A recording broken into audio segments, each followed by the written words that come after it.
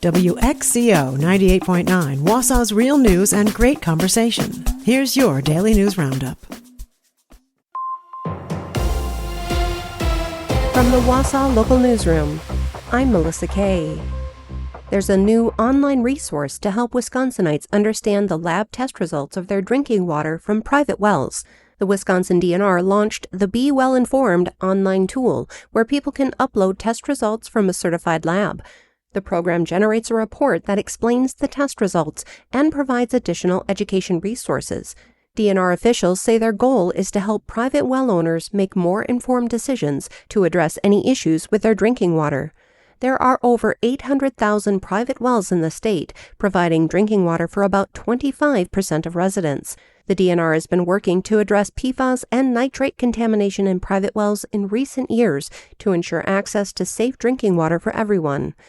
Officials also encourage you to test your private well at least once a year, or if there's any changes in taste, odor, or color of the water. Cryptocurrency kiosks are under scrutiny because of criminal activity by scammers, often targeting seniors. Wisconsin AARP officials are calling on state lawmakers to pass legislation limiting the use of these kiosks. According to a WXPR report, agency officials say there are around 700 of these cryptocurrency kiosks around the state. These terminals work similar to an ATM, but instead of receiving cash, the money deposited is converted into cryptocurrency. The agency is working to reduce the use of these kiosks in scams. Scammers often use the machines to target older residents who may not understand how the machines work. The agency is also pushing for legislation that would allow the victims of scams to receive refunds from the kiosk operators. 17 other states have passed similar legislation. Runoff from landfills in the state contain the highest level of PFAS. That's according to a study conducted by researchers at the University of Madison, Wisconsin. The study began in 2023 when researchers first began collecting samples. According to a WPR report, they were seeking to identify the largest potential sources of the forever chemicals in groundwater. Around 2/3 of Wisconsinites get their drinking water from groundwater sources. If that groundwater is contaminated with PFAS, they could suffer negative health effects, like an increased risk of certain kinds of cancer. Researchers collected samples from 16 landfill sites across the state, which showed the highest concentrations of PFAS. Researchers hope the findings can help state lawmakers better regulate PFAS contamination. There's a new invasive species making its way towards the state. The Wisconsin Department of Natural Resources and the Department of Agriculture, Trade, and Consumer Protection are looking for signs of the hemlock woolly adelgid. This tiny insect could threaten millions of hemlock trees in the state. While the pest hasn't been found in Wisconsin's forests yet, it has spread next door in Michigan and found in tree nurseries a few times over the past few years. As part of their efforts to identify and halt the insect's spread, state officials are setting 3D printed traps coated in petroleum jelly across roughly 30 sites. Combating the spread of invasive species has been a major focus for Wisconsin over the past few years.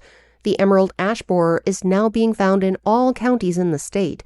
DNR officials say 99% of the state's ash trees could eventually be killed by this invasive species.